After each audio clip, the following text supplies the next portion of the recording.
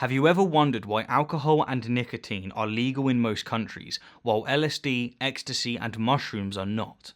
If you haven't, then you may, as I once did, assume that there's good reason. But what if I told you there's not?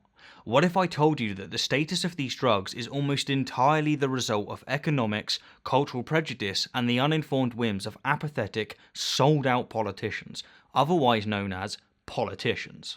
My guess is that you'd likely be intrigued and compelled to hear more. Well, this is exactly how I felt when the same rhetoric was presented to me just a few weeks ago.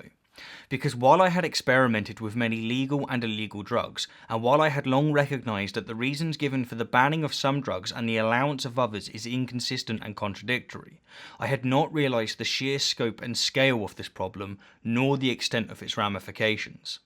That is, until I met Dale Buwen. Buwen is the author of the book Dropping Acid, A Beginner's Guide to the Responsible Use of LSD for Self-Discovery, and he also happens to be one of my biggest patrons, and hence, he's largely responsible for my being able to do this nearly full time. Pretty awesome, right? Anyhow, as gratitude for his tier of support, he has suggested, worked closely with me, and essentially educated me on the topic and importance of drug laws. And so, without further ado, this is the War on Drugs Debunked.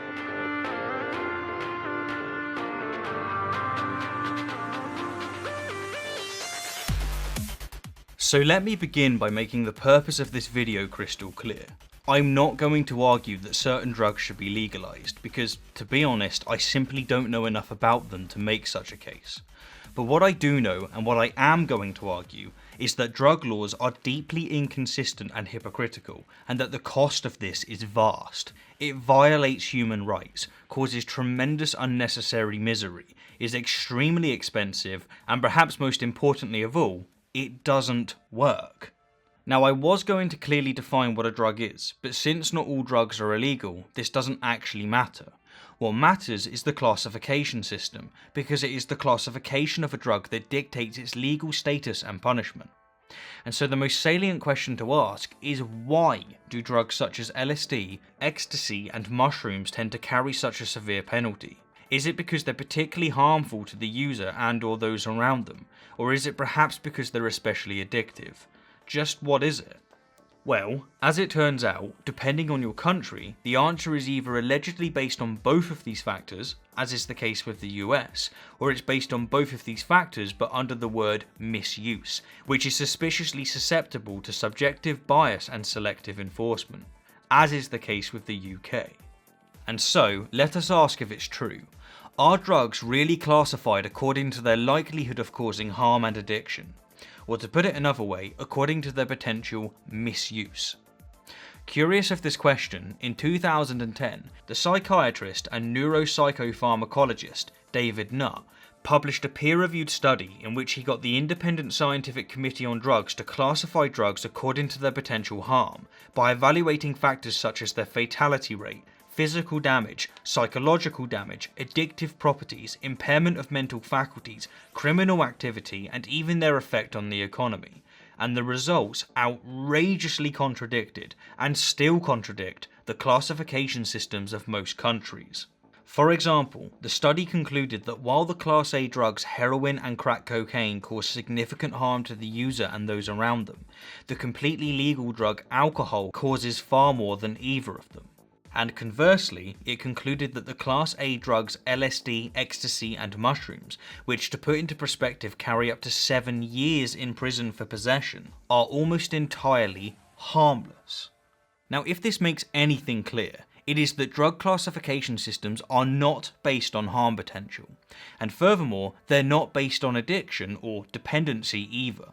The study, and other studies, all linked in the description, evaluated addiction potential thoroughly and concluded that while heroin and crack cocaine are easily the most addictive drugs, meth, alcohol and nicotine are all fairly equivalent, and yet 2 of them are legal while 1 of them carries up to 7 years in prison for possession.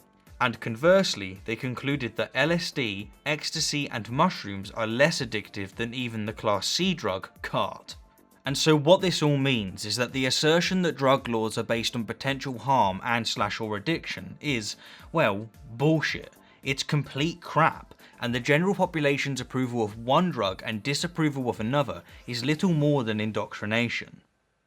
Now, I could conclude here, since I've made my case, but in my research I found a few really fascinating avenues, and since you're a curious bunch, I've decided to tersely share them with you. The first is more of an answer to a question that these studies raise, that being, if drug laws are not based on harm and addiction potential, then what are they based on? And the answer, as alluded to in the intro, is a combination of economics and politics. In short, marijuana was banned to alienate and vilify Mexicans, so that Harry Anslinger could keep his untouchables. LSD was banned to alienate and vilify hippies, because they opposed the Vietnam War. And ecstasy was banned to alienate and vilify youths partying and being promiscuous, because old people were jealous. The second avenue is that, quite fascinatingly, in 2001, Portugal decided to treat possession and use of small quantities of all drugs as a public health issue rather than a criminal one, and so rather than issuing jail time and criminal records, like the rest of the world, they have issued small fines and referrals to treatment programs. And the result has been outstandingly positive. And the third and final avenue is that because the war on drugs focuses on drugs rather than drug users, it ignores the most fundamental of market forces, supply and demand. To quote my current favourite YouTube channel, Kurzgesagt, if you reduce the supply of anything without reducing the demand first, its price goes up. This might lower the sales of many products, but not for drugs. The drugs market is not price sensitive. Drugs will be consumed no matter what they cost, and so the effect is to encourage the production of more drugs and the recruitment of more traffickers, which increases availability. As it currently stands, we are putting people who are not well in a situation that makes them feel worse, and hating them for not recovering. Anyhow, to conclude, the war on drugs is an abomination, because it's based on economic and political subjectivity rather than scientific objectivity.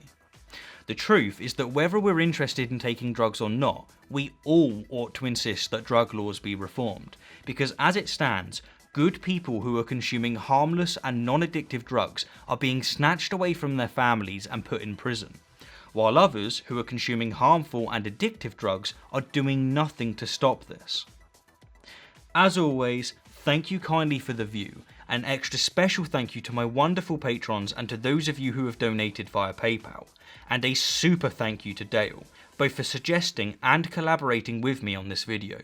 And of course, for your support, which is largely responsible for my being able to create videos nearly full time. On behalf of us all, thank you Dale. You're helping us spread reason and rationality in a world lacking in both. Oh, and on the topic of Patreon, due to me failing to announce a winner of the monthly giveaway last month, sorry, by the way, for this month I'm going to announce two. The first is Jocelyn Gingras, and the second is Ken Klavonic.